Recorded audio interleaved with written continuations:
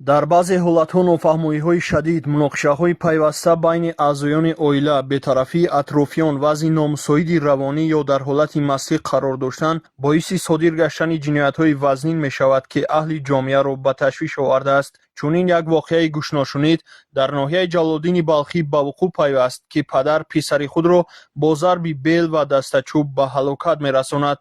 хушбахтона ин ҳодисаи нангин сари вақт аз ҷониби кормандони милитсияи ноҳияи мазкур дар ҳамбастагӣ бо кормандони мақомоти прокуратура ошкор гардид.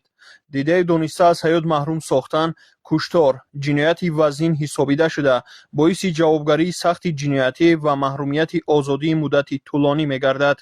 ин нафар Шерназаров Разақ Чариевич соли таваллудаш 1958 сокини деҳоти маданияти ноҳияи Ҷалолиддини Балхӣ мебошад, ки дар асоси маълумоти расмӣ шаби 25 ба 26 июни соли равон ҳангоми дар манзили истиқоматиаш қарор доштан бо писараш Чориев Бекзод Разақович соли таваллудаш 1991, ки ба хона дар ҳолати мастӣ омадааст, баҳсу мунозира карда, ба қаҳру ғазаб омада бо мақсади аз ҳаёт маҳрум сохтан, бо истифода аз як адад бел ва чӯб ва бо як бераҳмии махсус ба узвҳои муҳим аз ҷумла қафаси сина, фарқи сар, гардан ва дигар узвҳои бадани писараш зада ҷароҳатҳои вазнини ҷисмонӣ мерасонад. ташхис муайян намуд, ки дар бадани ҷасад зиёда аз 45 адад ҷароҳатҳои шикаста мавҷуд аст, ки дар натиҷа охирон дар ҷои ҳодиса ба ҳалокат мерасад. гумонбаршуда Шерназаров Разақ Чариевич аз ҷониби кормандони милитсия дастгир гардида, нисбаташ дар прокуратураи ноҳияи Ҷалолиддини Балхӣ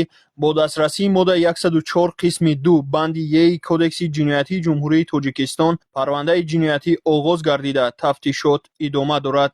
ҳамзамон санаи 13 июли соли 2026 Басиров Икром Эмомалиевич соли таваллудаш 1987 сокини ҷамоати деҳоти Тугараки ноҳияи Восе бо ҳамсояаш Султон Хоҷазода Гулрухсор соли таваллудаш 1991 сокини деҳаи ибрати ҷамоати деҳоти Тугараки ноҳияи Восе муноқиша намуда, тахминан соати 22:30 дар заминаи хусумат дар ҳолати мастӣ аз болои девор ба саҳни ҳавлии номбурда гузашта, бо истифода аз корд ба қисматҳои гуногуни бадани Султон Хоҷазода Гулрухсор 16 маротиба зарба задааст. дар натиҷаи ҷароҳатҳои вазнини ҷисмонӣ бардошта, ҷабрдида дар ҷои ҳодиса ба ҳалокат расидааст. аз ҷониби кормандони шуъбаи вазорати корҳои дохилӣ дар ноҳияи Восе Басиров Икром Эмомалиевич ҳамчун гумонбар дар содир намудани ҷинояти мазкур дастгир карда шуд. далели шайъӣ корди олудаи хун дарёфт ва мусодира гардид. аз рӯи ҳолати мазкур парвандаи ҷиноятӣ оғоз гардида, тафтишот идома дорад.